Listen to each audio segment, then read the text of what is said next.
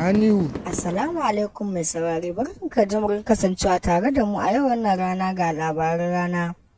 Za ka je mu cikakkun rahotanni, wayannan labarai ne masu ɗimbin ɗaukan tada hankali a shafukan sada zumunta. Idan wannan ne farkon shigo ka za ka danna mun subscribing, sannan ka danna mana alamar ƙararrawa domin samun sahihan labaran mu da zarar mun ɗora. Ko ka san da cewa dan takarar shugaban kasa Atiku Abubakar wanda bai samu nasara ba ya kai karar kotu sakamakon cewa shugaban kasa wanda Bola Tinubu bai da takardun firamare? Za ka ji mu cikakkun labarin, ko dai ku biyo mu a cikin wannan shirin.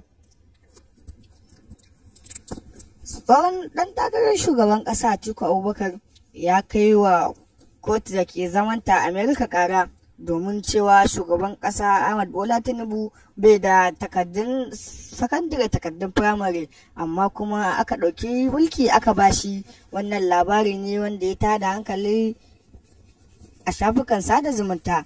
Shi ko an da saka ga bakin baba Ahmad Bola Tinubu ya furtawa da Atiku cewa ai na gaba yayi gaba, na baya sai labari, duk wani abu da Atiku yake yi yayi a banza. Idan kana bibiye da mu a cikin wannan shirin za mu kunna maka, za ka ji da cewa baba Ahmad Bola Tinubu ya furta cewa a shafinsa na Twitter ya furta da Atiku cewa duk wani abu da zai yi shi fa yanzu haka mulki ya zo hannun shi.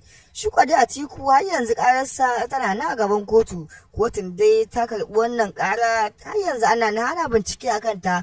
Amma kuma mai saurare, kai yanzu wannan kara ai kai ka san na gaba yayi gaba.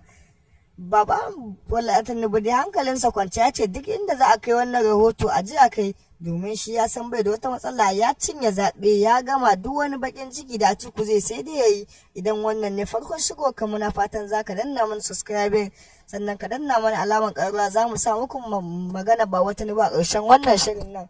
Ku dai ku biyo mu.